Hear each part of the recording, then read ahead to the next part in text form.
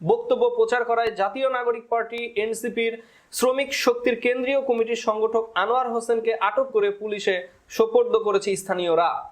তাকে আটক করার সময় আঘাত করা হয়, মারধর করা হয়, এমনটি অভিযোগ করেছে এনসিপির নেতারা। তারা বলেছিলেন যে হ্যাঁ, তাকে গ্রেপ্তার করার সময় আঘাত করা হয়েছে। পরে আদালত তাকে কারাগারে পাঠানোর নির্দেশ দিয়েছে। সেই এনসিপির নেতা তিনি কি করেছেন এমন? এনসিপির নেতা তিনি মামলায় যেটা উল্লেখ করা হয়েছে, তিনি যে ভুলটি করেছেন, মাননীয় প্রধানমন্ত্রী তারেক রহমান সাহেব, স্বরাষ্ট্রমন্ত্রী সালাউদ্দিন আহমেদ ও পানি সম্পদ মন্ত্রী শহীদ উদ্দিন চৌধুরী অ্যানির বিরুদ্ধে কুরুচিপূর্ণ ও মানহানিকর কথা বলে আনোয়ার তার ফেসবুক আইডিতে প্রচার করেন। কি কথা বলেছেন তিনি?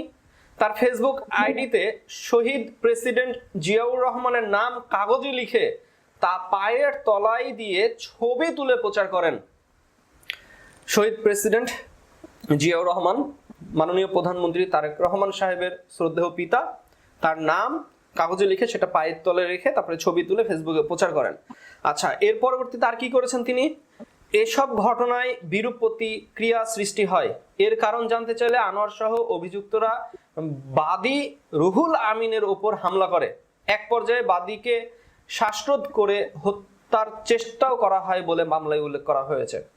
এখানে আরো বলা হয়, যুবদল নেতা রুহুল আমিন মিঝি বলেন, প্রধানমন্ত্রী, স্বরাষ্ট্রমন্ত্রী ও পানি সম্পদ মন্ত্রীর নামে কুরুচিপূর্ণ ও মানহানিকর কথা বলে আনোয়ার তা ফেসবুকে প্রচার করেন।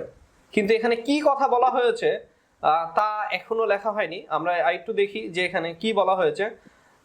এখানে বিস্তারিত এখনো কিছু বলা হয়নি, তবে অবশ্যই তিনি এমন কিছু বলেছেন যেটা প্রচার করা হচ্ছে না বা প্রচার হয়তোবা করেননি। তবে শহীদ প্রেসিডেন্ট জিয়াউর রহমানের নাম তিনি কাগজে লিখে সেটা পায়ের তলায় দিয়ে ছবি তুলেছেন এবং ফেসবুকে প্রচার করেছেন, এটা কিন্তু উল্লেখযোগ্য একটি কারণ।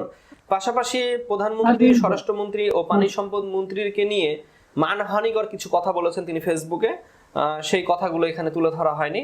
তবে অবশ্যই যদি কেউ গঠনমূলক আলোচনা করে, ধরেন আপনার সরকারের কোনো বাজেট পছন্দ হলো না, বা সরকার একটা জিনিসের ট্যাক্স এক্সট্রা ভাবে বাড়িয়ে দিচ্ছে, যেমন বাইকের ট্যাক্স বাড়িয়েছে, এটা নিয়ে কিন্তু আমরাও কথা বলেছি যে আমরা সাধারণ মানুষ যাবো কোথায়?